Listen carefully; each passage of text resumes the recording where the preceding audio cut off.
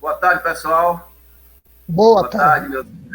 boa tarde, meus conterrâneos de Alagoinhas, toda a região. Boa tarde para internautas do Brasil e do mundo que nos irão acompanhar nessa live em comemoração ao aniversário de Alagoinhas. São 167 anos de emancipação política.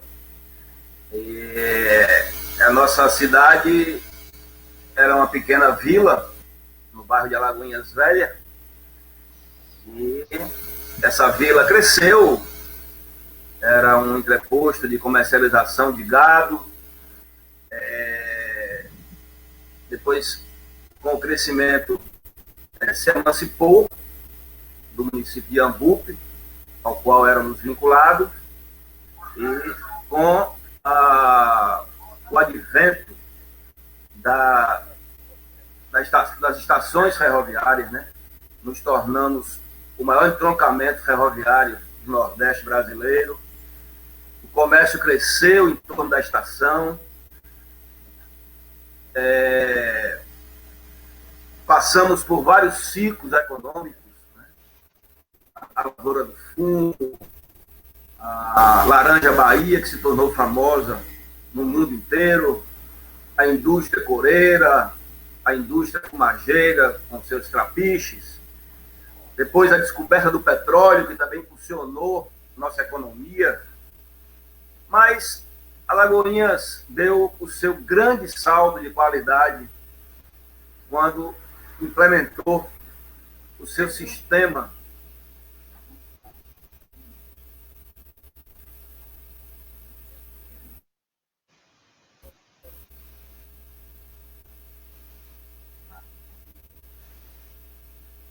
um grande salto de qualidade foi quando implantou o seu sistema educacional de excelência.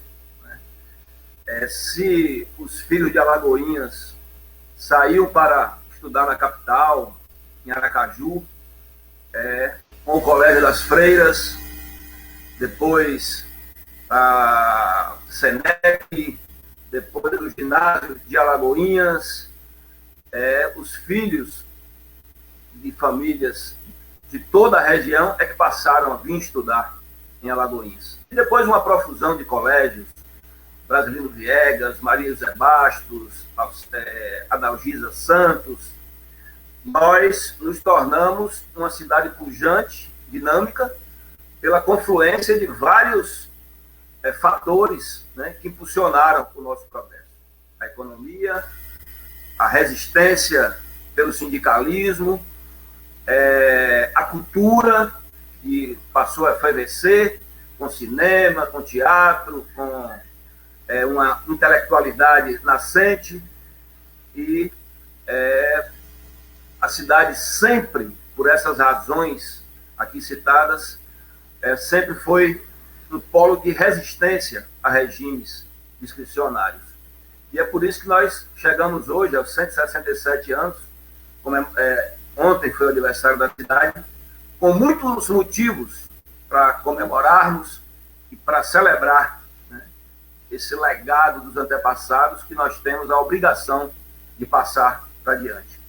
Para bater esse papo aqui comigo e celebrar, né, reverenciar a nossa memória, esse passado de glórias, e refletir um pouco sobre o presente e a nossa perspectiva, nós convidamos dois filhos ilustres de Alagoinhas, né, os que mais se projetaram, porque Alagoinhas, no seu sistema educacional, passaram por aqui o professor José Antônio, que foi diretor da Faculdade de Medicina da UFBA, a senadora Lídice da Mata, que estudou no Colégio das Freiras, a vereadora de Salvador, Ladilce Souza, que estudou aqui também, o poeta José Carlos Capinã, que estudou no Colégio Senhora Santana, e o Jean, filho da terra, que estudou aqui no Colégio Maria José Bastos, e o Antônio Torres, no ginásio de Alagoinhas, de onde saiu e se projetou para o mundo como publicitário, jornalista,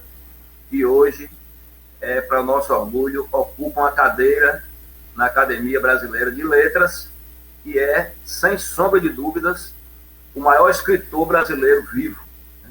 Com uma vasta obra humanista, referência no mundo inteiro, com a sua obra traduzida, né, para quase todas as línguas, para quase todos os países do mundo. Antônio Torres, é um prazer muito grande recebê-lo aqui para esse bate-papo. O Jean Willis acabou de entrar. Estou vendo que Jean está muito bem, com um sorriso largo, né, Jean? Apesar das vicissitudes. Já fiz aqui uma abertura, Jean, falando dos aspectos econômico, social, político, né, culturais, que nos transformaram nessa cidade pujante e da qual você e Antônio Torres são os dois maiores expoentes. Motivo de orgulho para todos nós, alagoenses, para os brasileiros, e duas figuras projetadas mundialmente de forma positiva, orgulhando a nossa cidade.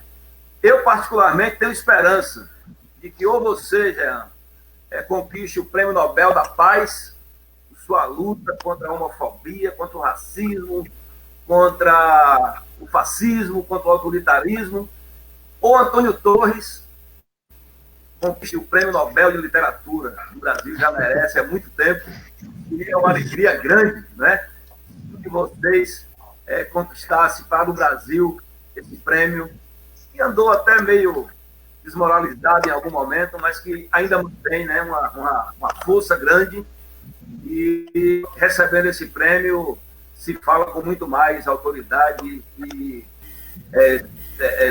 cria força para as lutas que a humanidade trava na contemporaneidade. Então eu vou pedir que Antônio Torres a sua saudação, depois o Jean Willis, e a gente vai bater um papo aqui, reminiscências. Eu sei que Jean e Torres são convidados para lives pelo mundo inteiro, tratam dos assuntos mais diversos, com muita propriedade, mas aqui a gente vai celebrar Alagoinhas, né? Vamos tratar da nossa memória afetiva, do amor que a gente tem por essa terra, né? E de como ela é importante em nossas vidas, e de como ela precisa se tornar uma cidade desenvolvida, humana, uma cidade com muita qualidade de vida para o nosso povo, para a nossa juventude, para os nossos idosos e para os trabalhadores e trabalhadoras. Antônio Torres, boa tarde. Você faz a saudação e depois o nosso querido Jean Luiz.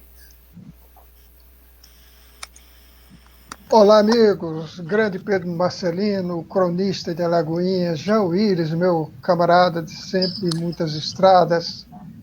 Prazer enorme rever vocês, estar aqui com vocês. E dar uma palavrinha aqui para a velha Alagoinhas, velha e querida Alagoinhas. Na verdade, não tão velha assim, ainda não tem 2 séculos. Isso por uma cidade não é muita coisa. Mas só queria dizer que é um orgulho e uma alegria imensa estar aqui com vocês para nessa celebração de uma Alagoinhas que é a Alagoinhas onde vocês dois nasceram e que da qual eu sou cidadão honorário, conferido aí pela Câmara de Vereadores, numa iniciativa da professora Iraci Gama, que levou o prefeito a me dar uma placa enorme de honra ao mérito na época, isso foi em 2015. Enfim, uma alegria estar aqui e dizer a você, Pedro, que seu currículo que você fez, assim, tão afetuoso, mas está muito exagerado. Eu sei que, como dizia um amigo meu, o Inácio Lola Brandão, uma vez me telefonou por causa de uma matéria que saiu no Estadão, e eu telefonei para ele, eu falei para ele, essa matéria está muito exagerada, Loyola. Ele falou assim, deixa, exageram também contra a gente, é bom quando exageram a favor. Então você exagerou a meu favor aí, legal, vamos nessa, vamos embora. E Jean Willis, já falei demais, pronto. Um abraço para todos. Pedro, É uma honra ter sido convidado para essa conversa um dia depois da data magna para nossa Bahia, que é o 2 de julho, para nossa cidade, Alagoinhas. É uma honra estar ao lado de Antônio Torres, você tem toda a razão, todos os elogios que você dirigiu a Torres são poucos, e eu sei que ele é modesto, mas ele é um dos maiores escritores de língua portuguesa vivo, e a obra dele é poderosíssima mesmo. Sou fã, tenho a honra dele ter escrito a orelha do meu primeiro livro, foi uma honra que ele nem sabe o tamanho dessa honra que eu tenho. E fico lisonjeado com suas palavras, Pedro, mas na verdade a grande pessoa de Alagoinhas é você, cara, assim. O seu amor por essa cidade, a maneira como você ama Alagoinhas, de fato inusitada, sabe? Porque eu amo Alagoinhas, minhas raízes estão aí. Quando eu falo em um lugar, quando alguém pergunta assim, qual é o seu lugar? Eu que tenho andado muito pelo mundo, eu que tenho rodado muito o mundo, as pessoas perguntam, qual é o lugar que você pensa como seu? Só me vem Alagoinhas, porque foi o lugar que eu vivi a minha primeira infância até o início da minha adolescência, quando eu formei a minha pessoa. Então eu amo Alagoinhas, mas eu saí de Alagoinhas, né? Ela está em mim, mas eu saí dela. Torres também saiu, ele está nela, Alagoinhas está nele, mas ele também saiu. Você está aí e você tem um amor tão grande por essa cidade, e cada vez que a gente se encontra, você está sempre pensando algo para essa cidade, você está sempre pensando algo no entroncamento entre cultura e memória. Isso é maravilhoso, quer dizer, ao mesmo tempo fomentar a cultura de Alagoinhas e ampliar o repertório das pessoas de Alagoinhas, como também resgatar a memória para que as pessoas gostem da identidade alagoinense, né? Não há identidade sem memória. Isso é muito lindo em você, cara. Eu fico feliz quando eu lembro que tem alguém como você aí na cidade. Eu fico feliz e por isso, para tudo que você me chama, tudo que você me pede, eu faço. Porque eu sei que, ao fazer, você está fazendo pela cidade, entendeu? Então, parabéns e por nos juntar, nós três, de novo aqui, nessa conversa. Muito bem. Acho que nós todos estamos exagerando nos elogios mútuos, né? a nós mesmos. Eu acho, Jean, que o que me inspira é a história da cidade, né? De fato, foram muitos alagoenses, homens e mulheres, que construíram essa cidade. Nós temos 2 quilombos que foram fruto da resistência, né? Alagoinhas é uma cidade abolicionista e republicana, foi das primeiras a reconhecer a República. A cultura ferve desde sempre aqui, mas eu não estou sozinho nisso, né? Aqui tem centenas de alagoenses iguais a mim, com o mesmo amor, com o mesmo empenho para construir a cidade. Nós temos a Casa Preta com poetas maravilhosos, homens e mulheres fazendo poesia, escrevendo. Temos a Academia de Letras e Artes de Alagoinhas. O hip hop nos bairros populares é algo extraordinário. Aqui tem um bairro chamado Petrolar, que tem Petrolatividade. É uma coisa fantástica a produção cultural nesse bairro. Então, isso nos motiva, né? Nos impulsiona e nos inspira a lutar pela cidade, deixar uma cidade melhor para os nossos filhos, nossos netos. Eu fiquei a imaginar quando convidei vocês dois, por isso que eu convidei os dois e não um depois do outro para essas lives que eu venho fazendo nas segundas-feiras, um bom papo com Pedro Marcelino. Toda segunda-feira vem um convidado aqui.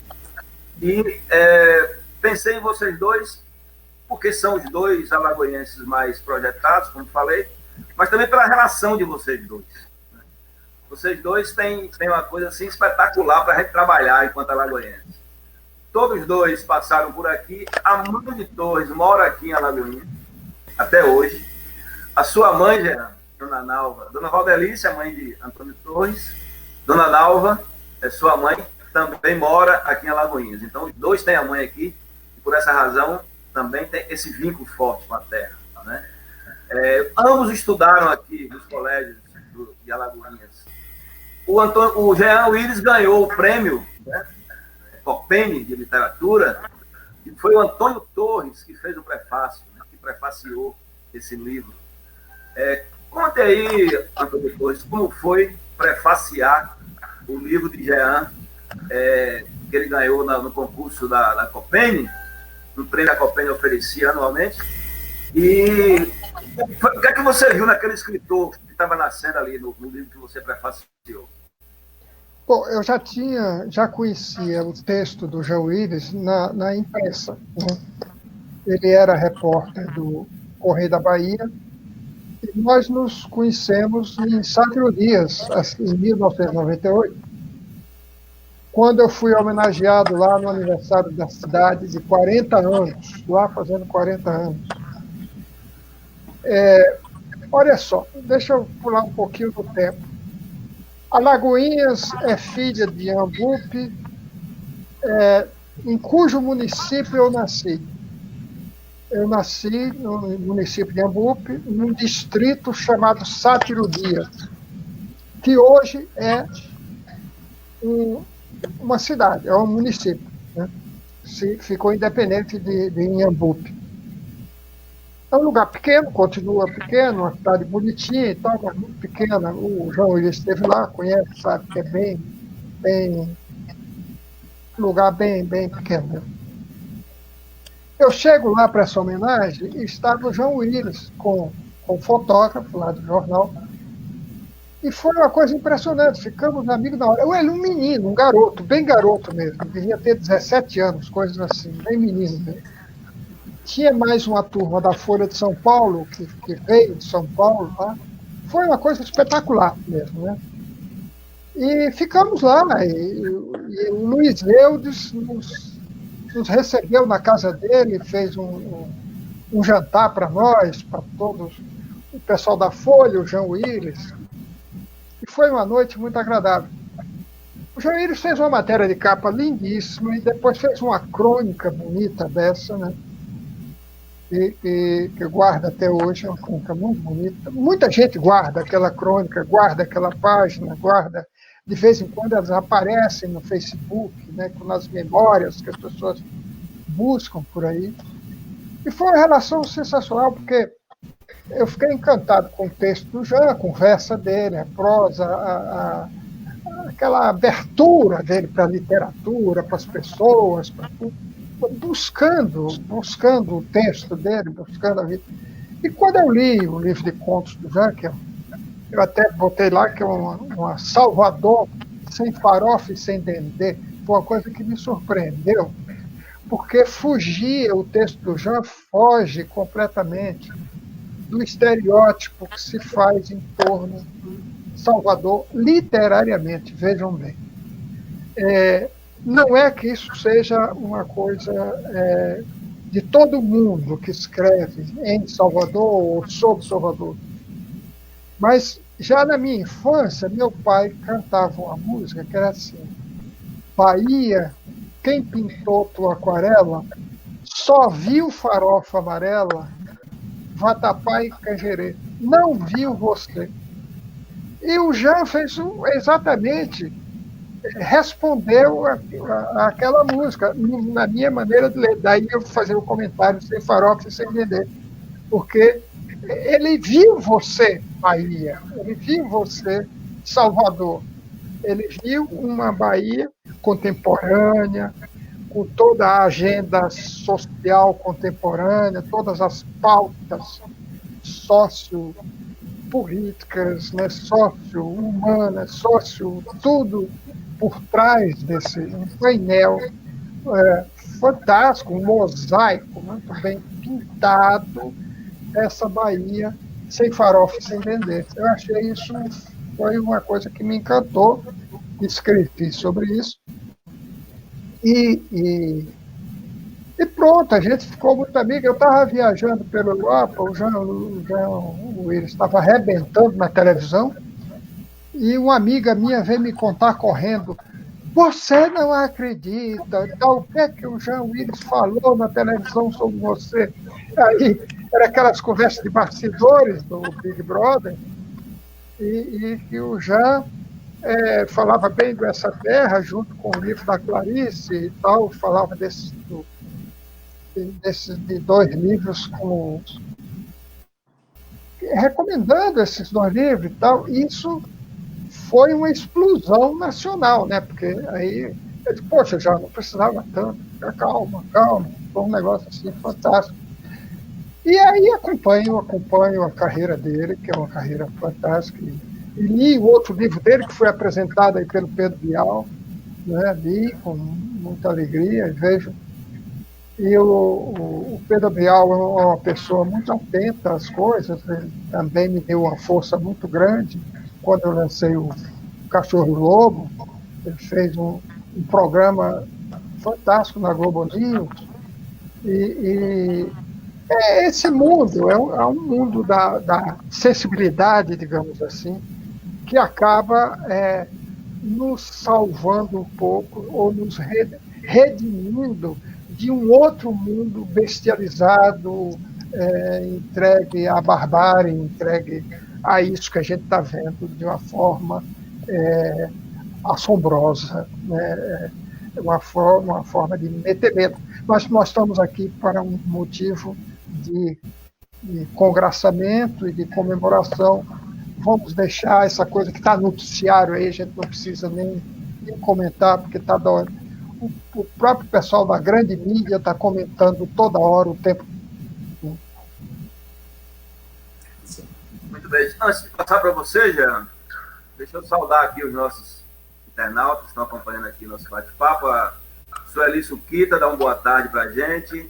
A Fabiana Machado também dá uma boa tarde para a gente. A Jussiara Muniz.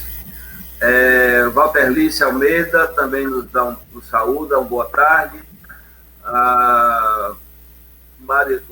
Luiz Eudes está dizendo que depois da entrevista, vocês foram para a casa dele. Luiz Eudes é fã de vocês dois. O Tássio Mota, Alagoinhas tem como uma das principais... vou fazer essa pergunta do Tássio Mota depois para vocês dois. Leonor de Oliveira Rocha, Pedro conhece a profunda história de Alagoinhas. Obrigado, Pedro, por suas contribuições. A Rafaela Bastos dá uma boa tarde. Luiz Eudes ainda. Aquele momento ficará guardado para sempre, meus melhores sentimentos. Neuza Maria Campos Nunes. Saudações, Pedro Marcelino, Jean Willis e Antônio Torres, figuras de destaque. Em seguida eu vou ler aqui os outros comentários. Mas, Jean, fala do Torres agora. Qual é a síntese que você faz? Não digo só pela generosidade do Torres, né? Esse ser humano humilde, generoso, atencioso, mas a sua obra, de que forma é que ela te impressiona, te impactou? Qual é a contribuição que a obra de Torres dá para a literatura brasileira, para a construção da identidade nacional e contribuição à literatura universal? Olha, Pedro, a pergunta, o que é literatura, é uma pergunta difícil, uma pergunta que nunca deve ser feita, porque a pergunta o que é literatura traz uma essencialidade, né? E eu proponho, junto com um crítico literário chamado Antoine Compagnon, a mudar a pergunta o que é literatura para quando é literatura, né? E esse quando traz aí uma marca temporal e uma marca temporal e espacial. Para mim, Antônio Torres, é literatura não só por todo o reconhecimento que os artífices do cânone fazem dele, né? Ele hoje é um imortal, ganhou o prêmio da Machado de Assis da Academia Brasileira de Letras, ou seja, não há dúvidas quanto ao talento e ao fato da literatura de Antônio Torres ser uma literatura com L maiúsculo. Mas eu vou falar de mim, quando foi literatura. Quando eu li Essa Terra, eu me vi todo naquele livro. E eu era muito novo, mas eu me vi todo naquele livro, porque aquele livro carregava uma história que era a minha história, da minha família, a família da minha gente, a família daquela região, e uma história humana, para além das marcas temporais e espaciais, uma história humana. O grande escritor é aquele que não faz proselitismo, não argumenta, é aquele que mostra. Então a imagem daquele homem voltando de São Paulo, com suas bugigangas compradas na 1º de março, 31 de março, não lembro agora qual era a rua de São Paulo, na 1º de março, eu acho. Com aquelas bugigangas, os óculos Ray-Ban, e todo mundo achando que ele era rico, todo o ideário, todo o imaginário que o Nordeste pobre, seco, tem de São Paulo como uma terra de prosperidade, esse complexo de vira-lata, essa relação opressiva, essa negação de identidade, né? A negação da identidade nossa em nome de uma identidade imposta por um outro lugar, tudo aquilo estava naquele livro. E não era argumentado, era dito como uma história incrível. E quando eu li, eu falei, uau! Falei, que é isso? E a partir daí eu passei a ler todos os livros do Antônio Torres, porque a qualidade dele está nisso, em ser universal sendo local. Em flagrar o que no sertão da Bahia, na Bahia pobre, na periferia semi-urbanizada, nas relações brutas entre essas pessoas, pode ser dito sobre o Afeganistão, pode ser dito sobre a Argentina, pode ser dito sobre qualquer lugar do mundo. Ele extrai o que há de universal naquilo que ele observou. E isso poucos escritores conseguem. Antônio Torres é incrível, incrível. Ele está desde sempre entre os meus grandes escritores e ele está, inclusive, entre os escritores que me fazem não ter vontade de escrever. Porque quando eu leio ele, quando eu leio José Saramago, quando eu leio Clarice Lispector, quando eu leio Walter Ugumãe, quando eu leio Machado de Assis, eu tenho vontade de dizer, não, eu vou parar de escrever. Eu vou não escrever, porque esses caras já escreveram coisas incríveis, eles já formularam a língua de uma maneira que eu não sei se eu vou conseguir fazer. Bom, enfim, mas estou eu aqui, sigo escrevendo, apesar dessas inseguranças. E por causa disso, né, por causa dessa identificação profunda com essa literatura, quando eu escrevi o meu primeiro livro, eu ganhei o Prêmio Copene de Cultura e Arte, o editor falou para mim, olha, você não tem alguém, um escritor, para convidar para escrever a Orelha? E na hora eu pensei nele, eu falei, bom, eu vou convidar Antônio Torres. Eu não sei se ele vai querer colocar o prestígio, a assinatura dele no livro de estreia de um escritor. Mas ele me conheceu, a gente se conheceu nos festejos, no Junco, no Estado do Dias, na comemoração para ele, que foi feita lá na casa do Eudes, que inclusive nos recebeu, fez o jantar. E eu, por causa disso, eu mantive uma relação com ele de simpatia, a gente se gostou de cara como pessoas. Então eu vou convidá-lo. E eu convidei, e para minha surpresa, ele escreveu, ele entendeu bem o livro. Quando ele fala essa referência de uma Salvador sem farofa e dendê, era justamente isso que eu queria mostrar, porque a minha experiência como repórter em Salvador, eu era imigrante em Salvador, vindo de Alagoinhas, portanto carregando todos os problemas, né, identitários de um imigrante, assim como os personagens dele, que também são imigrantes, assim como ele mesmo é um imigrante.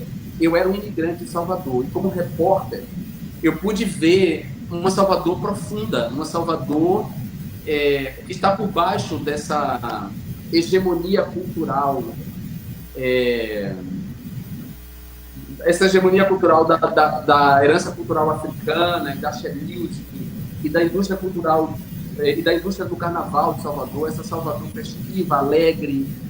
Há essa Salvador, ela é verdadeira, mas havia uma outra Salvador que o meu trabalho como repórter me mostrou.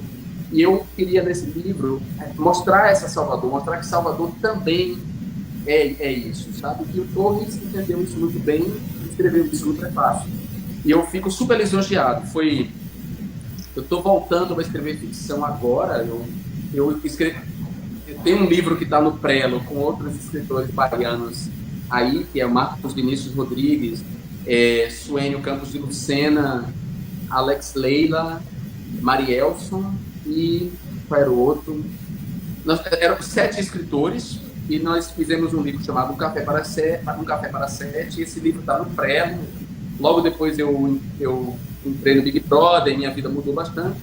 E agora, há pouco tempo, eu publiquei 2 contos num livro chamado A Resistência dos Vagalumes, com a edição da Simone Palmino, que reúne grandes escritores contemporâneos, alguns já mais antigos, mas um time muito bacana de grandes escritores. E então eu estou voltando agora para a ficção, porque durante um tempo aí, nos últimos 10 anos, eu me dediquei só a escrever ensaios, a escrever literatura de não ficção, que eu também acho importante. Então o Torres me deu um aval ali na minha estreia como ficcionista. Isso não é muito pouco, vindo de alguém com uma literatura tão poderosa como a dele. Muito bem, Jean. Obrigado. Antônio Torres, você já contou, em várias oportunidades, você já fez relatos da sua chegada a Alagoinhas, o impacto que foi chegar na cidade das Luzes Verdes.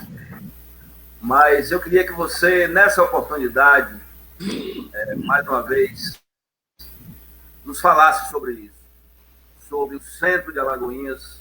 Me impressiona muito você falar nesse relato da rua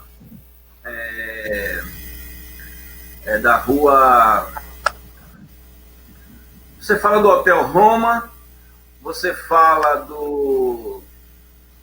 da Rua Anísio Cardoso. A Rua Anísio Cardoso era tipo a Rua Chile de Alagoinhas, com pensões, né, o centro comercial, as redações dos jornais, a vida cultural, econômica, social de Alagoinhas passava ali pela Rua Anísio Cardoso, a qual você sempre faz referência nas suas reminiscências?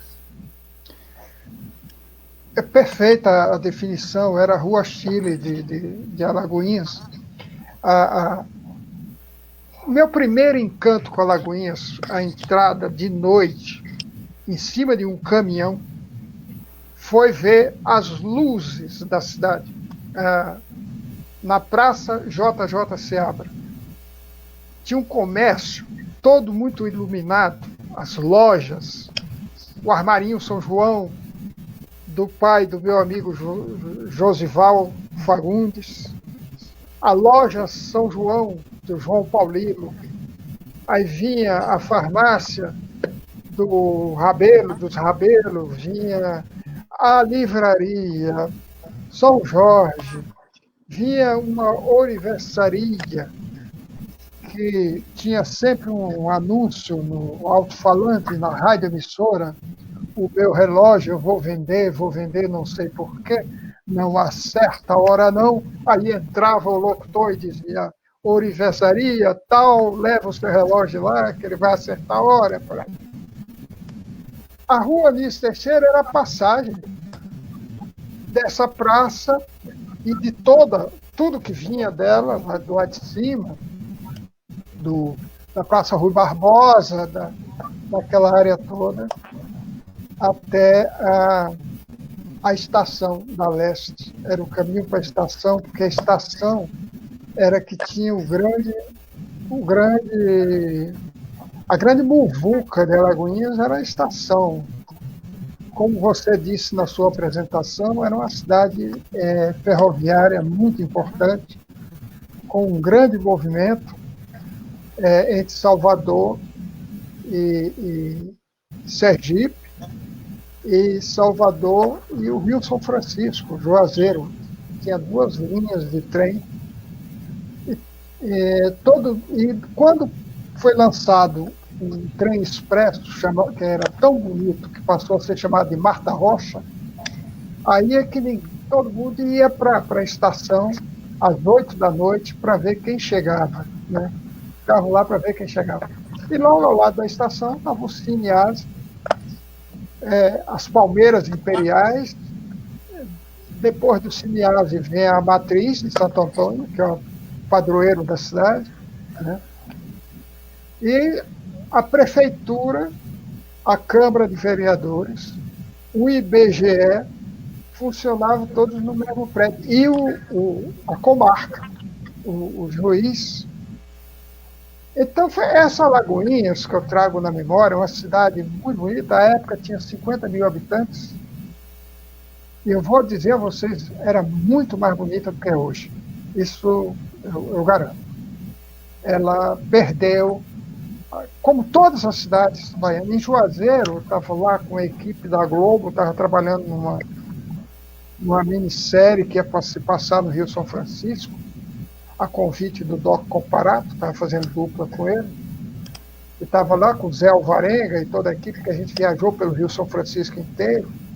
até Paulo Afonso, e em Juazeiro nos mostraram as fotos da cidade no começo do século XX. Era uma beleza de cidade. E quando a gente saiu daquela sala da Secretaria de Cultura lá da Prefeitura, e que olhamos a cidade como ela é na contemporaneidade, levamos um susto. Mas esse é um destino inescapável da maioria das cidades do interior do Brasil.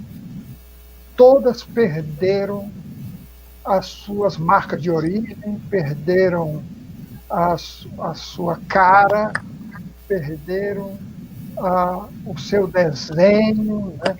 E, então perderam a sua identidade. A verdade é essa, elas viraram uma coisa híbrida, que não é nem o passado, nem o futuro. Ficou uma coisa assim, um tanto esquisita. Então, dessas Lagoinhas que eu vivi, no tempo do Clube Social, cujo diretor era o Dr. Valtinho, Walter Robar, que foi uma figura muito importantíssima na cidade, era um dentista, uma figura humana extraordinária e muito voltado para as atividades culturais. Ele foi quem criou o primeiro jornal da cidade, o Alagoinha Jornal, onde me deixou escrever os meus primeiros artigos, e graças a esses primeiros artigos fui levado a trabalhar no Jornal da Bahia por um alagoense, né? Por um alagoense que era membro do Partido Comunista, vivia vendendo o jornal Novos Rumos, e um dia me encontra meio perdido ali na praça, no banco da praça, e pergunta-me se eu não quero ser jornalista num jornal da capital, que ele tinha me lido no Alagoinha Jornal. Eu digo, ai meu Deus, é tudo que eu queria. E ele então marcou comigo na estação, um dia às 8h45, e quando eu cheguei lá, ele já estava de terno branco, impecável, comprou passagem para mim e para ele, me levou para o carro-restaurante, fomos tomando café da manhã no carro-restaurante, e chegou em Salvador, pegou um táxi, saltamos na Praça Caiú, sobe o elevador Lacerda, cruza a Praça Municipal, entra naquela rua logo ao lado ali, que eu não me esqueço o nome, paralela à Rua Chile, sobe o elevador, desce do elevador, entra no escritório e pergunta para a secretária, minha filha, o doutor João Falcão está? Aí lá de dentro uma voz vem, Mário, é você? Era o Mário Alves. Era o dono de uma retífica em Alagoinhas, vivia cheio de graxa, e como era do Partido Comunista, andava vendendo o jornal Novos Rumos. E lhe garanto que ele sentou ao meu lado e não quis me vender jornal, não quis não fez o menor proselitismo político, não fez nada. Só me fez essa pergunta e me levou e me entregou ao dono do Jornal da Bahia, que me pegou o paletó dele, saímos três, chegamos na rua Vigílio Damasio, logo ali, tudo perto, sobe a escada, e ele chega, atravessa a redação, chega à sala do editor-chefe, Ariovaldo Matos, o escritor, também comunista. Aí chega e diz assim para o Ariovaldo, Ari, arranja um lugar para esse menino aí. E foram embora, ele e o Mário Alves. Me largaram lá na redação. Eu sem roupa, sem nada, aí ficou largado lá. E aí acabei ficando e um contínuo do jornal me levou para dormir na casa dele. Né? Até 2 dias depois eu voltei a Alagoinhas, peguei minhas coisas e aí me virei. Enfim, Alagoinhas foi minha porta de entrada para o mundo das letras. Né? Porque Alagoinhas, o próprio ginásio, o ginásio era fantástico. O ginásio tinha uma estante no Grêmio, tinha uma estante E ali eu comecei a ler Monteiro Lobato, ali você achava Dostoiévski, você achava Tolstói, você achava Machado de Assis. Eu li Machado de Assis ali. O primeiro livro Machado de Assis que eu li foi a Helena. Ali começamos a fazer um jornal mural. Eu e meu amigo Kerdoval Macedo, e depois o Josival Fagundes, do qual já falei, o Aristóteles Costa, e tanto o Valdemar Lego Paraguaçu, outro querido amigo, está hoje em Salvador. Começamos a nos mobilizar e fizemos um jornal chamado Avante, mas era uma coisa que era fantástico, a gente ia batalhar no comércio para achar anúncios para poder pagar o jornal, e conseguíamos. E o jornal servia para nosso treino ali de fazer poema, publicar poema, crônicas, contos, ou algo que fosse parecido com isso. Né? Então, a minha imagem, a minha memória de Alagoinhas chega a ser de uma nostalgia inacreditável, porque a cidade era linda, culturalmente ela era limitada, mas você tinha pessoas que te abriam portas. Chegava um professor como Carlos Borges, né, estava no Rio de Janeiro, era sergipano, mas morava no Rio, só que a família dele morava em Alagoinhas, o irmão dele era um fotógrafo famoso em Alagoinhas, e ele foi para dar aula de geografia e matemática no ginásio. E eu fiquei devendo a ele a descoberta de Jorge Amado, Graciano Ramos, Raquel do Peroz, Zelinho do Rego. Quer dizer, todo mundo que eu desconhecia. E quando eu descobri esse mundo, foi um acontecimento, porque a gente vivia preso muito ao texto do romantismo, a poesia do parnasianismo. Tudo muito bom e tudo necessário. Mas quando chega essa outra voz, essas outras vozes, isso me causa uma revolução na cabeça. E a revolução maior veio com a chegada a Alagoinhas de um juiz de direito de Feira de Santana, que, na verdade, vinha lá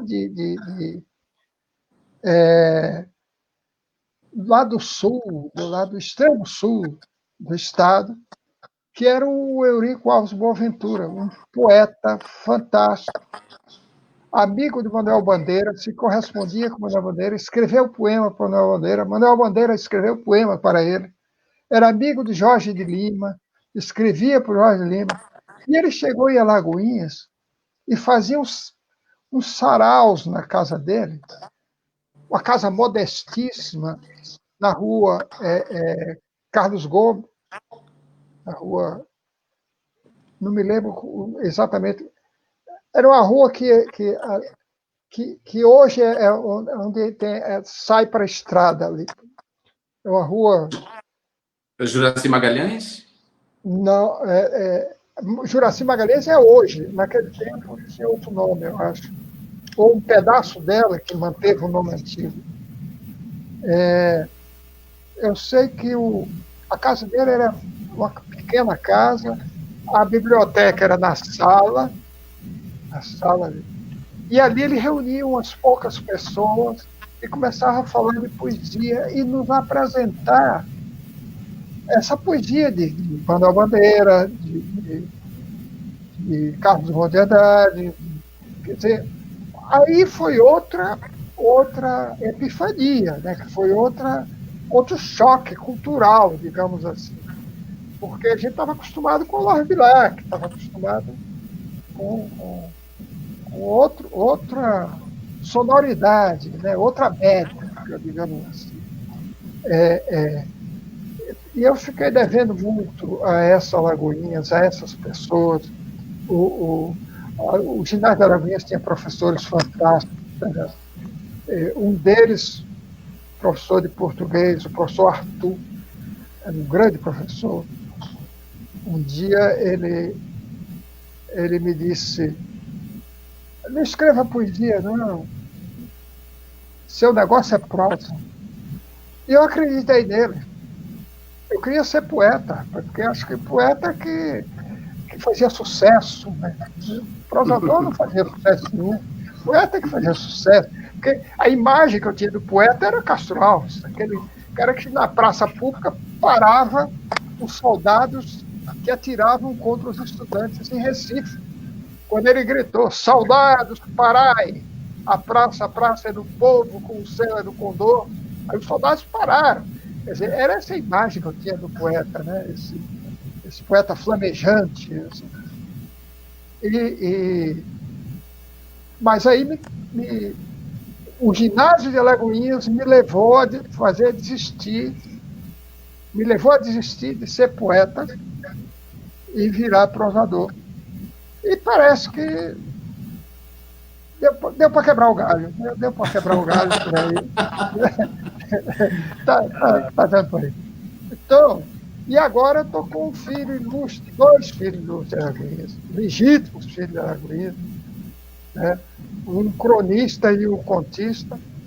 E estou muito feliz de saber que o João Luiz voltou ao teclado para escrever ficção, porque ele teve um papel importantíssimo até agora, tem um papel importantíssimo na sua atuação política, que é muito forte, necessária, né? Todo o Brasil sabe disso, eu não preciso ficar aqui repetindo essas coisas, mas isso tomou o tempo dele, certamente tomou muito tempo, e a vida toma tempo, que a gente queira ou não, e agora ele está tentando equilibrar esse tempo, está fazendo fazer aí um ajuste de contas. Ele é muito novo, muito jovem, certamente haverá de produzir muitíssimo, e o país precisa disso. Essas notícias que você deu, dessa antologia que vai sair com esses escritores, novos escritores baianos, e essa que a Simone Paulino vai publicar, lá é de São Paulo, ela, se não me engano, né? É leitora paulista, né? Isso. Muito atuante, muito boa. E é isso, João Luiz. Seja bem retornado à ficção, à prosa de ficção. Obrigado. E os seus leitores estão aí mesmo à sua espera. Obrigado. Você é um excelente memorialista também. Se a gente não tivesse tão espalhado pelo mundo, tão longe, e o país não tivesse vivendo o que está vivendo agora, e eu pudesse estar aí, eu me dedicaria com prazer, se é que alguém já não está fazendo isso, a escrever sua biografia. E se não tem ninguém escrevendo sua biografia, eu estou falando sério. Se não tem ninguém, você precisa escrever uma autobiografia, um livro de memórias, porque você é um excelente memorialista também. Eu ficaria a noite inteira ouvindo, por exemplo, você descrever essa cidade que se foi. Porque a cidade que eu vivi, por exemplo, já não era mais essa cidade, era um misto dessa cidade, né? A cidade, quando eu me entendi por gente, Alagoinhas estava num processo de decadência. Ela estava deixando de ser essa cidade que você conheceu para se tornar, estava no meio do caminho para se tornar essa cidade que ela é hoje, caótica. Tem a ver com o aumento da população, tem a ver com gestões que entendem pouco de cidade, né? Gestões muito voltadas a negócios, a transformar a cidade numa cidade de negócios e não numa cidade de pessoas. Gestões pouco sensíveis à sustentabilidade, ao verde, por exemplo. Então, a derrubada das árvores no centro de Alagoinhas, para mim, é um crime inadmissível. Eu acho que há soluções urbanas, soluções de mobilidade que não precisavam derrubar as árvores. Esse patrimônio cultural, os quilombos, a periferia rural de Alagoinhas que se favelizou, sem nenhum planejamento urbano para ela, sem nada. Isso foi transformando a cidade, enfeiando a cidade. Mas eu acho que há como a gente recuperar isso. Porque a minha memória de Alagoinhas, eu também tenho lembrança das luzes da cidade, quando eu morava na periferia rural, na Baixa da Candeia. E na cidade, quando eu era criança, era um acontecimento. Então, eu lembro que a primeira vez que eu fui à cidade, criança, que minha mãe me levou para um evento no Carneirão, com meu irmão, George, Quando terminou o evento, a gente voltou de noite a pé até o ponto de ônibus e as luzes eram fascinantes, essa coisa da criança, né? As luzes depois. Aí, na minha adolescência, eu já batia a perna, quer dizer, eu passei a trabalhar com 10 anos e com 10 anos eu já batia a perna por Alagoinhas inteira. Então, eu conheço muito bem Alagoinhas, assim, conheço profundamente a cidade. Eu tenho boas memórias dessa cidade, mas acho que essa cidade poderia ter sido uma melhor cidade. Para você ter uma ideia, Torres, minha mãe vive num bairro que a gente pode considerar um bairro de classe média baixa. Um bairro com casas que as pessoas batalharam muito para construir aquelas casas, para viver naquelas casas. E há uma lagoa próxima. Ora, uma lagoa próxima não deveria ser um sinônimo bucólico de beleza, mas a lagoa vira um pesadelo, porque qualquer chuva, qualquer nível pluviométrico, assim, já inunda e alaga tudo, e as casas das pessoas são alagadas, e as pessoas não são indenizadas, e a prefeitura não toma uma atitude de verdade, e a Câmara de Vereadores é essa Câmara de Vereadores que não representa ninguém, que não dá resposta para a cidade. Então, uma cidade assim, feia, também por isso, por uma classe política deplorável, uma classe política que parece não amar a própria cidade, né? Acho que a Alagoinhas, para ela recuperar o brilho de antes, para ela recuperar e valorizar, inclusive, o que ela tem de melhor, que é o seu povo, ela precisa de uma classe política melhor, mais preocupada com a população e muito menos preocupada com o negócio. Eu estou contente também de voltar para a ficção, porque a ficção nos dá uma liberdade, inclusive, de dizer mais coisas que a não ficção não permite. A ficção nos permite dizer mais coisas que a política não permite, né? Contar histórias, inventar histórias que podem dizer muito mais, e estamos aí como salvo-conduto que está inventando histórias. Acho que também se você não escrever suas memórias, né, sua autobiografia, e uma vez que eu não tenho tempo nesse momento agora, talvez pelos próximos anos eu ainda não possa voltar, enquanto durar o fascismo aí, e não dá para eu escrever sua biografia, nós três que amamos Alagoinhas, pensarmos, nós três, em escrevermos crônicas de memórias, sobre as nossas memórias, sobre a cidade. A gente pode eleger um tema, própria cidade, né?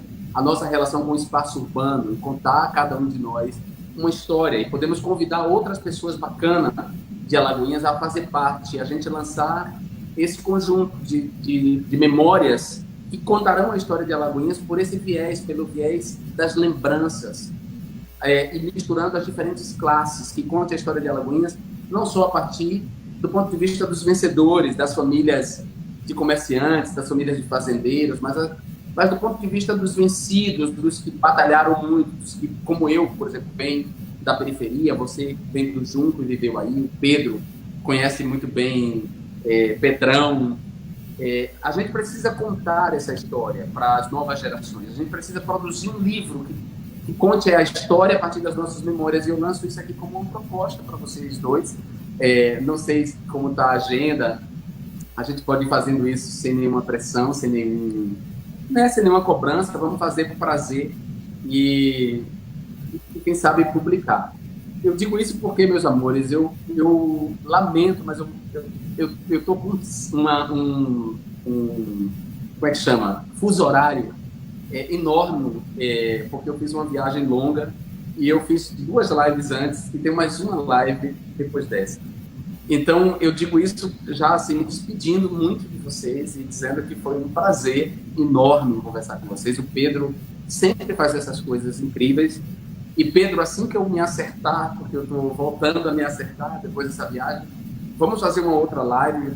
Pode ser com Torres, pode ser sem Torres, na segunda-feira, que é o dia da sua live, para falarmos de outras questões. E fica aí essa proposta para vocês dois, se vocês gostarem da gente unir nossas penas, nossas percepções e nosso amor pela cidade. Eu só queria dizer uma coisinha para João Willis. Diga. É que, de uma maneira modesta, já escrevi alguma coisa. A primeira foi a pedido do Pedro Marcelino, quando ele era secretário de Cultura aí do município de Alagoinhas. Ele me pediu um depoimento sobre a mim também. Que eu fiz, ele publicou numa revista. E esse depoimento me serviu de base para algo mais desenvolvido. Foi uma conferência a convite do professor Osmar Moreira, para fazer na UNEB, que foi uma coisa bastante movimentada, tinha um público muito bom. E eu intitulei essa conferência de Luzes Verdes, Sonhos Dourados, que é, para mim, a melhor imagem de Alagoinhas que eu tenho, dessas memórias de Alagoinhas, que é a memória do menino chegando na cidade em cima do caminhão e vendo aquelas luzes verdes. E os Sonhos Dourados foi quando chegou a turma da Petrobras para achar petróleo em Alagoinhas. E a cidade ficou... e essa turma da Petrobras virou a cidade de cabeça para baixo, porque a cidade ficou sonhando em ser rica de petróleo e tal, e aí a coisa tomou... isso me marcou muito. Então, é só isso. De uma maneira modesta e tal, mas já fiz isso. Começou com Pedro Marcelino, que está aqui conosco, que é o pai dessa ideia aqui, desse nosso encontro, e seguiu nessa conferência que eu guardo, está no meu site e tal. E felicito, mais uma vez, não só pelos seus projetos literários, mas por essa atuação tão firme que você está em qualquer parte, em toda parte. Isso é muito bom para segurar a cabeça e o coração nesse tempo presente tão inóspito. Obrigado, meu amigo. O Pedro também me pediu uma crônica, eu escrevi essa crônica para ele, está com ele. Ele vai publicar no site dele, no perfil dele do Facebook. Mas quando a gente tiver tempo, a gente pode desenvolver essa ideia melhor, da gente falar mais sobre a história, juntar, para a gente estar mais junto também, no mesmo lugar, de repente. Pedro, fica aí a dica, vamos ver se a gente desenvolve isso no nosso tempo, tá bom? Não estou te ouvindo. Valeu, companheiro, valeu. Pedro, fala. É um desafio imenso, mas o desafio está aceito. Quero dizer, Jean, que várias pessoas mandaram perguntas, o Tássio Mota, o Luiz Eudes, a professora Maria José faz um reconhecimento, que você, quando era estudante ainda da UFBA, foi a primeira pessoa que prestigiou e publicou o trabalho dela aqui com pesquisadores, né, da UNEB. Ela faz esse reconhecimento. E eu fiz uma longa reportagem sobre as escritoras, e aí falei de escritoras alagoenses, o trabalho de Maria José no registro dessas escritoras. O trabalho dela é um trabalho impressionante. Eu tenho o maior respeito pela Maria José e carinho. O trabalho dela é importantíssimo. Que bom que ela lembrou disso. Posso deixar de ser do seu tempo, dos seus compromissos, mas você está no exterior, esteve nos Estados Unidos, né? Agora está na Europa, e você, então, é um observador privilegiado desse momento que o mundo está vivendo, né? Não só a pandemia, mas um levante quase mundial contra o racismo, contra o assassinato do George Floyd. Então, encerre sua participação aqui em nossa live, fazendo uma apreciação desse momento que o mundo vive, de pandemia, de recrudescimento do autoritarismo, do fascismo em toda parte, e da resistência também dos povos, né? Aqui no Brasil. Eu tenho muita esperança no dia do seu retorno, né? A gente vai lhe abraçar de volta, porque o grande dia não é o dia que você partiu para o exílio. O grande dia é o dia que o Brasil inteiro vai lhe receber de volta, de braços abertos, reconhecendo sua coragem, sua luta, sua inteligência, né? O Brasil inteiro reverencia, né, sua forma de enfrentamento. Eu queria que você fizesse essa apreciação rápida e deixasse uma mensagem aí para o nosso povo. Obrigado, Pedro. Olha só, a pandemia de Covid-19, como todo mundo sabe, ela afetou desigualmente a população, né? No primeiro momento, a tendência foi dizer que estávamos todos no mesmo barco, mas nunca estivemos no mesmo barco e nunca vamos estar enquanto houver desigualdade. Então, a pandemia afetou desigualmente as pessoas, algumas puderam ficar em casa, em isolamento social, em quarentena. Eu sou uma delas, tive esse privilégio, outras tantas não puderam. Há pessoas que não têm casa, né? Fique em casa para gente que não tem casa, fique em casa para gente que mora sob pontes, nos esgotos, fique em casa para gente que não tem terra, é difícil. Então, a pandemia, ela afetou desigualmente. No Brasil, tem sido esse horror, os pobres têm morrido, os pretos pobres têm morrido, a classe alta tem mostrado uma insensibilidade que não é uma novidade para a gente, como os ricos são insensíveis em relação à morte dos pobres, mas, apesar de todo esse horror, alguma coisa aconteceu. Como diz o verso de Renato Russo, mudaram as estações, nada mudou, mas eu sei que alguma coisa aconteceu. Está tudo assim tão diferente. Então, ao mesmo tempo, há um levante, por causa do assassinato do George Floyd em Minneapolis, há um levante do povo preto e dos brancos antirracistas em todo o mundo contra as tentativas de deriva fascistas e autoritárias por causa da Covid-19. Então, os governos que estão optando por um capitalismo de vigilância autoritário estão encontrando resistência em uma juventude agora ecológica, que está preocupada com o planeta, não só conosco, seres humanos, mas com todas as espécies vivas, uma juventude que está preocupada com a sustentabilidade, com o combate real ao racismo e com a equidade de gênero, o respeito e a plena igualdade entre homens e mulheres, e aí considerando mulheres trans e mulheres cis. É uma nova geração, e essa nova geração vai mudar o mundo, porque se não mudar, não haverá planeta. Não haverá planeta, simples assim. Então, ou nós vencemos esses tiranos idiotas como Donald Trump, Bolsonaro, Erdogan, Urbano, Duterte, Duque, para falar de alguns dos tiranos de extrema-direita no mundo, ou vencemos esses sujeitos, ou não haverá planeta. E nós queremos que haja planeta. Nós queremos que haja planeta para os nossos filhos, netos, para as novas gerações. Nós queremos um mundo melhor, um mundo em que as pessoas possam ter dignidade. E a gente só vai ter um mundo em que as pessoas possam ter dignidade se a gente eleger classes políticas mais decentes, né? Classes políticas mais preocupadas com as cidades. Aí a gente pega o exemplo do microcosmo de Alagoinhas. Uma classe política que ame Alagoinhas como a gente ama. E que ame as pessoas do Barreiro, ame as pessoas da Baixa da Candeia, do Mangalô, do Miguel Velho, de Santa Terezinha, como ama as pessoas do centro da cidade, como ama as pessoas do Parque Alagoinhas, como ama as pessoas do Quintino Bocaiúva. Alagoinhas tem que ser amada na sua totalidade, e por isso a dignidade tem que se estender a todas as pessoas. E esse levante do mundo vai chegar aí também, ou seja, essa vontade de vencer essa pandemia e depois dela fazer o mundo mais justo também vai chegar, se já não chegou na nossa cidade, entendeu? Tanto é que você me falou aí do hip hop. Quero mandar um salve para Irã, que é um maravilhoso, um rapper que saiu de Alagoinhas e faz um sucesso, mora em São Paulo hoje, mas é incrível. Quero mandar um salve para ele. Um beijo para você, Torres, te amo. Manda um beijo para a Sônia, incrível, sabe? Diz que eu tô com saudade dela. Pedro, ela tem um muita para saudade. Mari e para os seus filhos também. E um beijo para todo mundo que está assistindo, tá? Tchauzinho. Obrigado, Jean. João Lopes Tchau. também manda um abraço para você, o Tássio Mota. Obrigado, Jean. Obrigado. Abração.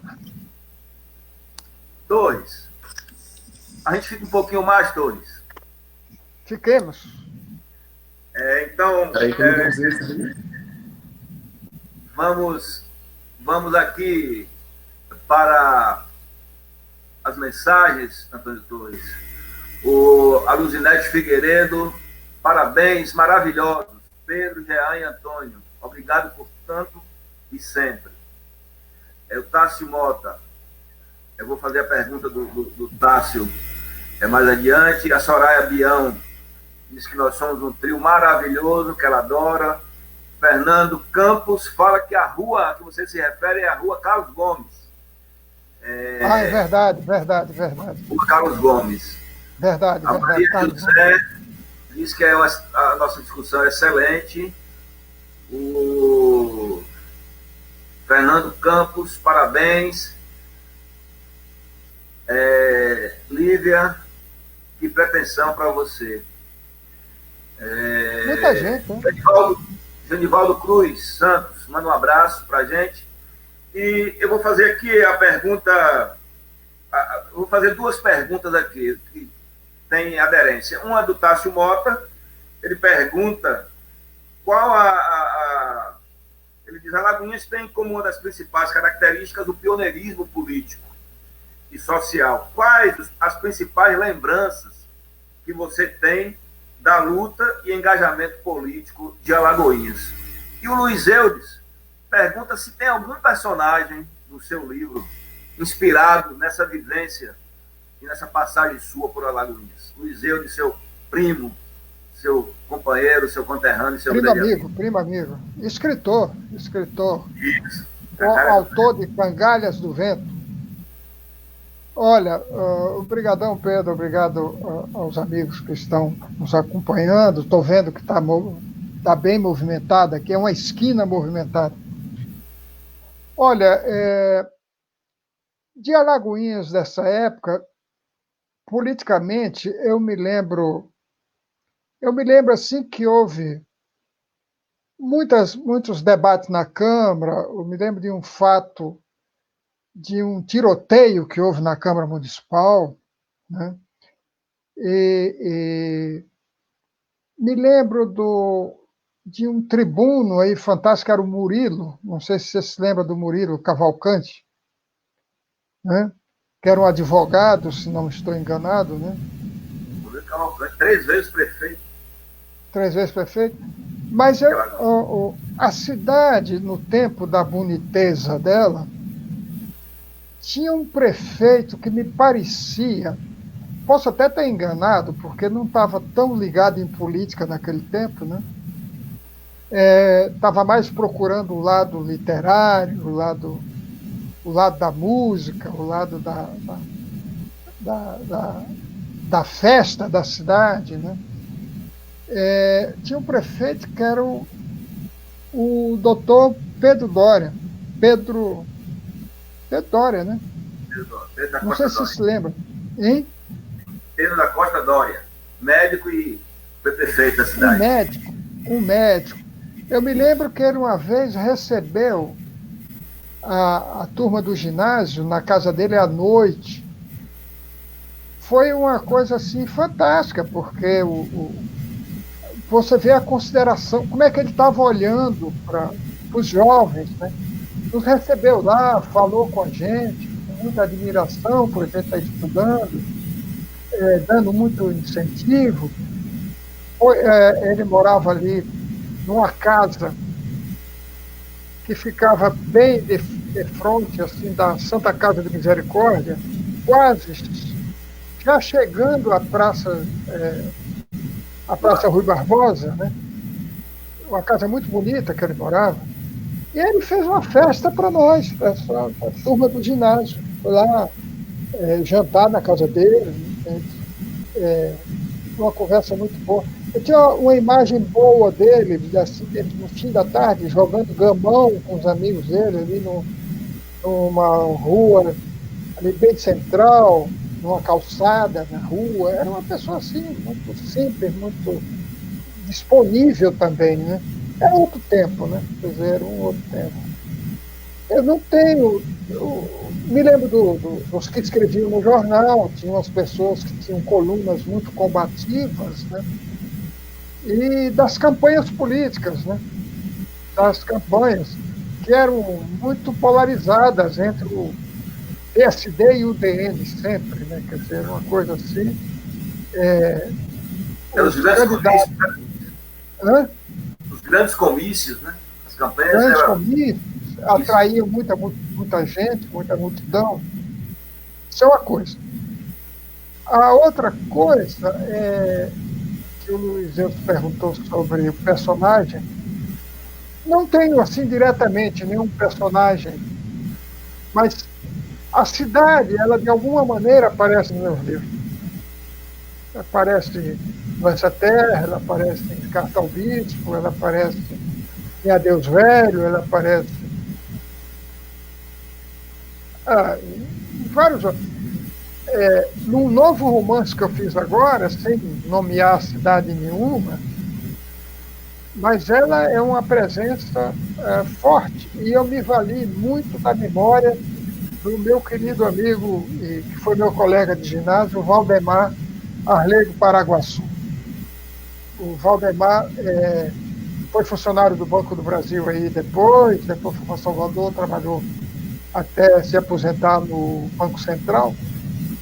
E o Valdemar tem uma memória fantástica desse nosso tempo de Alagoinhas, e eu ligava para ele, ele ficava ficava perguntando coisas, e ele me contando, me contando.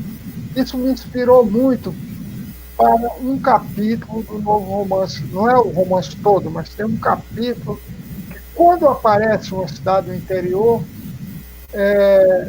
quem foi de Alagoinhas naquele tempo vai reconhecer a cidade dentro desse romance.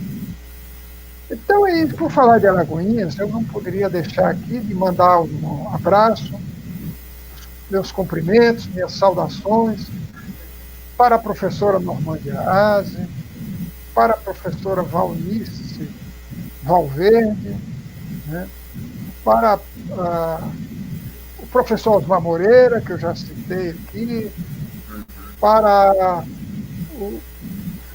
muitos queridos amigos, o poeta José Olívio, né, o grande poeta, a professora Maria José de Oliveira Santos, a professora Fátima Berenice.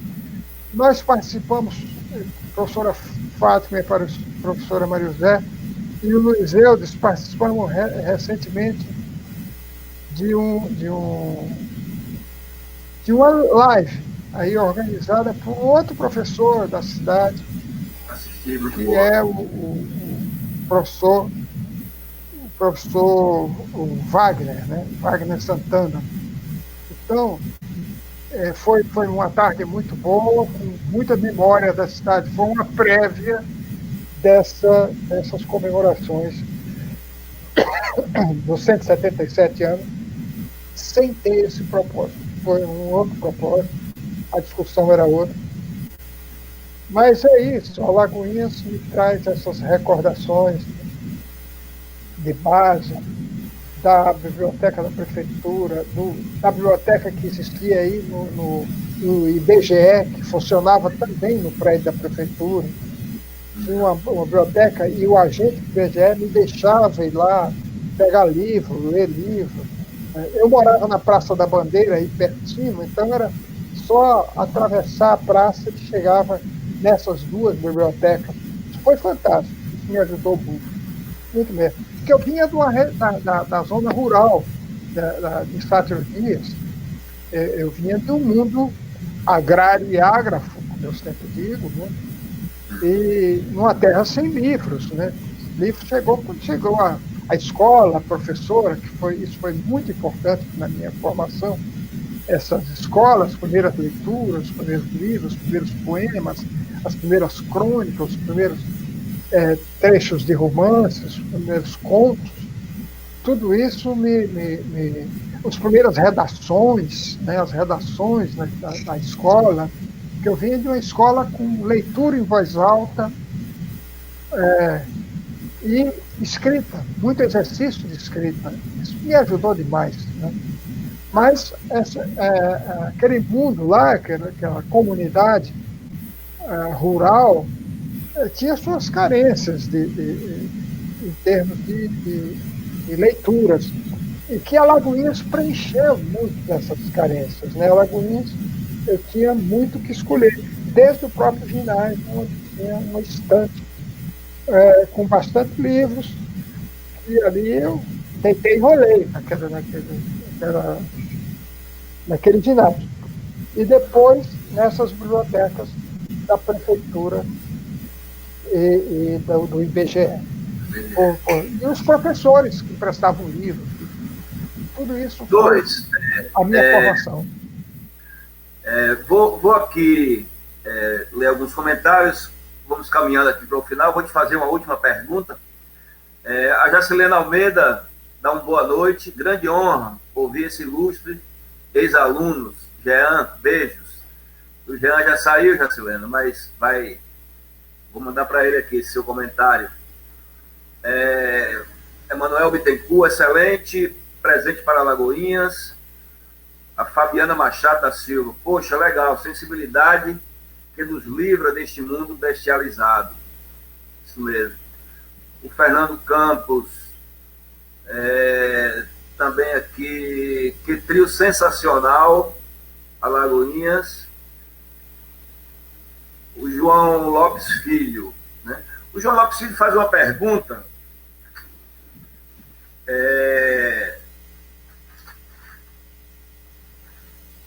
talvez o problema mais grave do Brasil seja a sua persistente desigualdade social, enfrentada com pouco afinco pelos sucessivos governos em todos os níveis federativos. O que você pensa a esse respeito? Qual o papel da educação, da cultura, e mais especificamente da literatura, no enfrentamento dessa realidade? Pergunta do João Lopes, que foi secretário da Educação aqui do município de Alagoinhas. João Lopes, não há como não concordar com você que a questão da desigualdade social é uma ferida exposta da nação, essa desigualdade. E essa desigualdade atinge a tudo, a dificuldade do acesso à educação. Nós estamos vendo que o desprezo atual que a educação está sendo tratada, né? Se eu cheguei à Academia Brasileira de Letras, se eu cheguei a escrever o que eu escrevi, João Lopes, foi porque eu tive escola. Desde lá da escola rural até chegar aí ao ginásio. Eu tive a sorte de ser uma criança no tempo em que a Bahia teve como secretário de Educação um professor chamado Anísio Teixeira, que foi um revolucionário. Ele levou a escola aos cafundós da Bahia, né? E aí era o secretário do governador Otávio Mangabeira, que, diz a história, escolheu muito bem o seu secretariado. Ele só teve secretário de alto nível, né? E isso, até recentemente, em uma festa literária, eu falei isso de público. Eu tive a sorte de vir de uma Bahia que teve um secretário de educação chamado Anísio Teixeira. E hoje é preciso se reverenciar muito a memória de Anísio Teixeira, um homem que morreu no Rio de Janeiro, em circunstância muito misteriosa, caiu no poço do elevador do prédio do mestre Aurélio Buarque de Holanda, quando foi na casa dele para pedir o voto dele para a Academia Brasileira de Letras, onde ele ia entrar, ia ganhar essa eleição. E ao sair da casa do Aurélio Buarque de Holanda, ele caiu no poço do elevador, e isso ficou marcado como uma morte muito suspeita. Chegou-se a pensar que tinha sido obra da ditadura, essa morte dele, da ditadura militar. Algo que não foi comprovado, mas porque nunca acharam o corpo dele. O corpo desapareceu. Foi uma coisa muito estranha. Enfim, em determinados períodos, com todas essas desigualdades, com todas essas injustiças que o país vive, mas teve aqui e ali homens que trabalharam em prol da educação. E, curiosamente, também precisamos reconhecer uma coisa, que a Bahia que eu vivi, na Bahia que eu vivi, em termos de educação, era inimaginável a Bahia que existe hoje. Eu preciso dizer para você, João Lopes Filho, que eu saí lá do interior para fazer o ginásio de Alagoinhas, e naquele tempo, Alagoinhas só tinha o ginásio. Tinha o ginásio para nós, como escola mista, como colégio misto, e tinha o convento das freiras para as meninas. E a escola de contabilidade, que também funcionava à noite no ginásio. E a escola de comércio, que correspondia ao curso de ginásio. Terminado isso, você não tinha mais o que fazer. Se seus pais não tivessem dinheiro para bancar os seus estudos em Salvador, você não tinha o que fazer.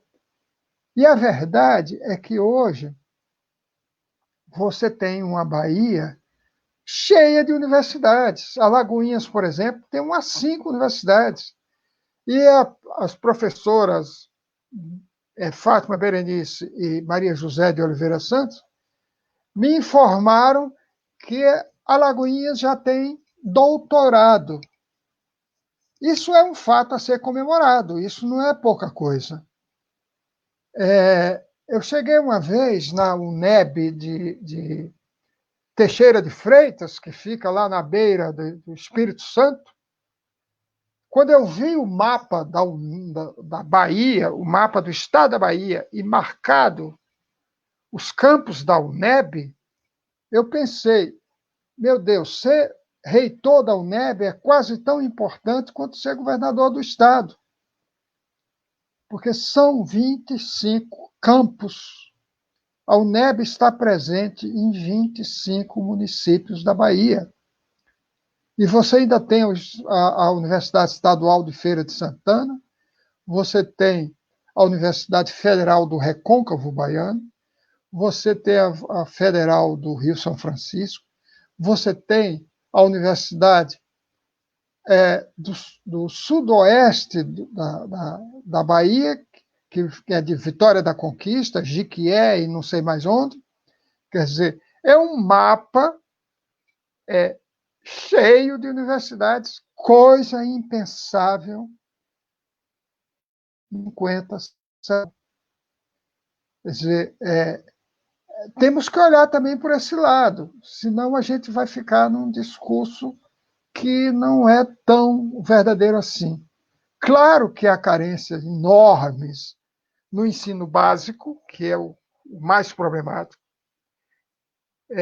Se eu olhar assim, superficialmente, sem um conhecimento aprofundado, eu diria que a escola do meu tempo provavelmente fosse melhor do que a de hoje, a escola primária, que hoje é chamada de fundamental, né? Não sei o que corresponde ao ginásio ou ao científico ou clássico daquele tempo. Não sei se os níveis de hoje são tão bons quanto eram os níveis do ginásio de Alagoinhas, ou do Colégio Central da Bahia, ou do Colégio Severino Ribeiro, onde estudei, ali em Nazaré. Quer dizer, não sei. Mas é uma grande luta. E essa luta e é uma grande preocupação a gente vê que os problemas estão acontecendo no nosso Ministério da Educação, por exemplo.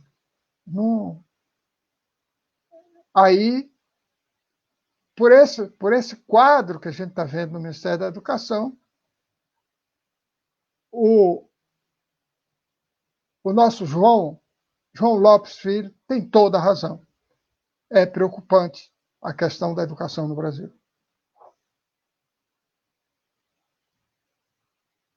Vamos caminhando aqui para o final, né, da nossa live.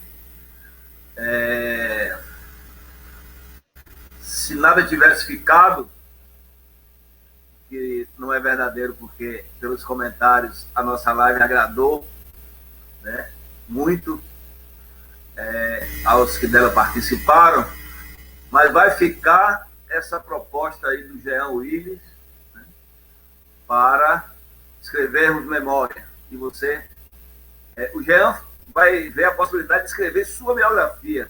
Olha que coisa maravilhosa. E fica como proposta a sua autobiografia e nós escrevemos em conjunto sobre a memória, né, de Alagoinhas. Antônio Torres, muito obrigado por suas contribuições, por ressignificar a memória do nosso município. Muito obrigado pela projeção que você dá ao nosso município, como um dos filhos da nossa terra, e você projeta Alagoinhas da melhor forma possível. Nós conversávamos, antes de iniciar a live, sobre como a cidade de Itabuna, através de uma declaração desastrada do seu prefeito, né, projeta uma imagem tão desastrada de um município importante como Itabuna, né? na má condução do processo da pandemia. E você projeta Alagoinhas pela cultura, pelo saber, pela literatura, e isso nos enche de orgulho. Você é um patrimônio do povo de Alagoinhas, do povo da Bahia e do povo brasileiro. Eu quero te agradecer penhoradamente, dizer que vamos continuar conversando, nos relacionando, trocando ideias, e você tem sido uma pessoa generosa, contribuindo sempre que é chamado, escreveu para aquela nossa revista, né, aquele artigo, sempre solícito. Estive com você em 2017 com o George Matos, a quem agradeço também por ter feito a ponte aí para o Jean participar da nossa live. Nós almoçamos no restaurante Vilarino, que foi onde Vinícius de Moraes conheceu o João Gilberto. Nós fomos na Academia Brasileira de Letras, o Tom Jobim, exatamente.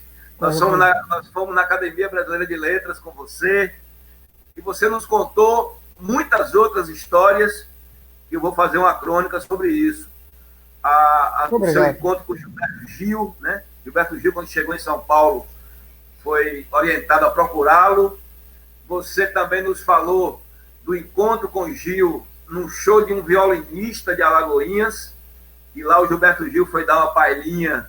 Geraldo Cunha, violinista alagoense. São histórias maravilhosas que a gente tem que dar conta, né, aos alagoenses e à juventude. E você também nos falou de um passeio que foi feito pelo ginásio de Alagoinhas. Vocês passaram o dia lá em Santo Amaro, numa relação com estudantes do Colégio Teodoro Sampaio, e no final do dia o diretor apresentou um casal jovem para saudar os alagoenses, e esse casal era o Caetano Veloso e a Maria Bethânia. Então, foi no cinema de lá. Outro dia eu contei isso para o Caetano, ele ficou maravilhado com essa história. Nós ficamos, o caminhão que nos levou de Alagoinhas para Santo Amaro quebrou, e nós tivemos que ficar mais alguns dias na cidade.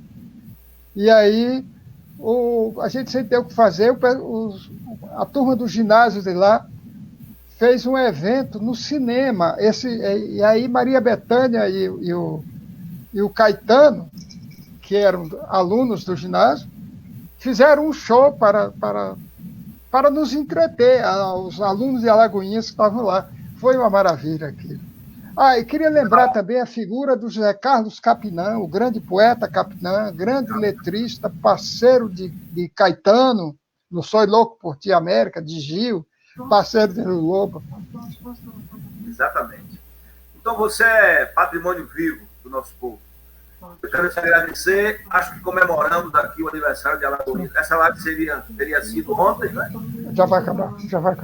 Nós comemoramos o aniversário de Alagoinhas, então, no melhor estilo. Eu quero te agradecer.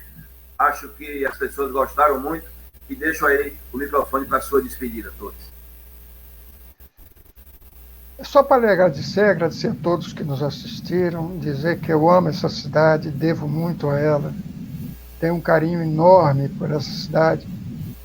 Mandar um abraço para o meu querido amigo, nascido em Alagoinhas, filho de uma figura lá de Sátiro Dias, o Joaquim Cardoso Neto. Mandar um abraço para ele e desejar para ele uma boa gestão nessa época dura de pandemia, e que ele segure essa onda aí, segure bem, fique ao lado do povo, que ele é médico, ele sabe o caminho para conduzir esse processo. E foi Joaquim quem fez aquela homenagem que levou o João Willis, a mim, que levou o João Willis lá, e ele fez, também participaram dessa festa o meu primo Marcelo Torres, assim como o Luiz Eudes. Então, amigos, só tenho boas memórias, boas lembranças dessa gente toda, essa boa gente da Bahia, essa boa gente de Alagoinhas, que a rigor é a capital de toda uma região a que pertenço. E é sobretudo a capital da minha memória. Com certeza. Eu quero agradecer a todos que nos assistiram. Não deu para ler os comentários de todos. Responderei posteriormente. Mandarei para a Jean e para o Antônio Torres. Muito obrigado a todos vocês. E quero dar aqui, junto com o Antônio Torres, um Viva Alagoinhas! Viva! Viva! Um abraço. Uma boa noite a todos e a todas. Muito obrigado.